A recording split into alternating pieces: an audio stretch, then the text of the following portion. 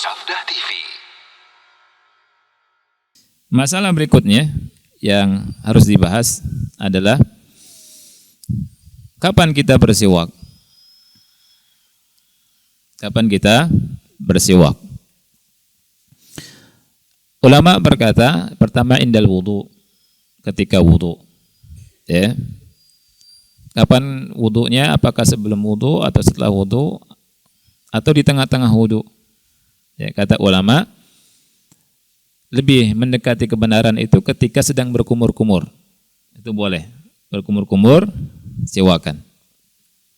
Ini disebutkan oleh Syekh Muhammad bin Shalih Al-Utsaimin rahimahullahu taala. Nah.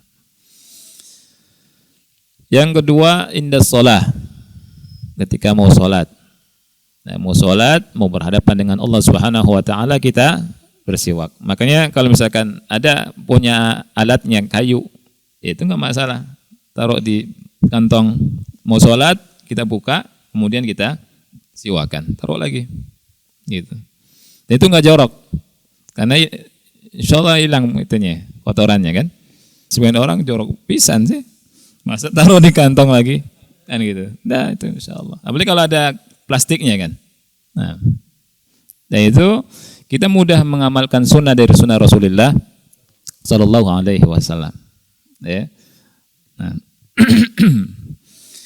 Kemudian yang ketiga, indal istiqadz minan naum. Ketika bangun tidur. Bangun tidur, nah, kita siwakan. Kemudian yang keempat, inda dukhulil bait. Ini salah satu sunnah yang jarang kita lakukan. Dan ini dilakukan sama Rasul Sallallahu Alaihi Wasallam. Inda dukhulil bait. Ketika mau masuk rumah, Rasul sallallahu alaihi wasallam siwakan. Ya.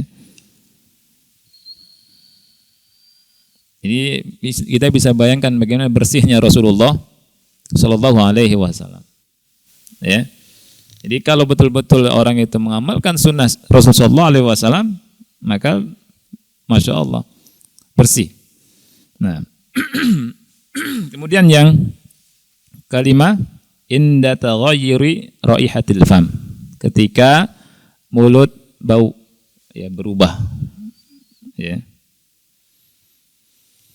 Nabi sallallahu alaihi wasallam bersabda, "As-siwaku matharatun lil fam, mardatun lirabb." Siwak itu bisa mensucikan, membersihkan mulut dan mendatangkan ridha Allah Subhanahu wa taala. Tapi sebagian ulama menyebutkan ketika mau baca Quran. Ketika mau baca Quran juga kita disunahkan siwakan. Kemudian sebagian ulama juga kata Syaikhul menyebutkan ketika banyak diam lama nggak ngomong-ngomong, itu siwakan. Ya. Tapi yang lebih tepat adalah ketika ada bau berubah. Ya. Baik. Kemudian permasalahan berikutnya, apakah dimakruhkan siwakan ketika puasa, khususnya setelah zuhur? Setelah zuhur, ya, ada sebagian yang mengatakan makruh. Jadi setelah zuhur sampai berbuka itu nggak boleh siwakan. Apakah ini benar atau kurang tepat? Jawabannya tidak benar. Ya, jawabannya tidak benar.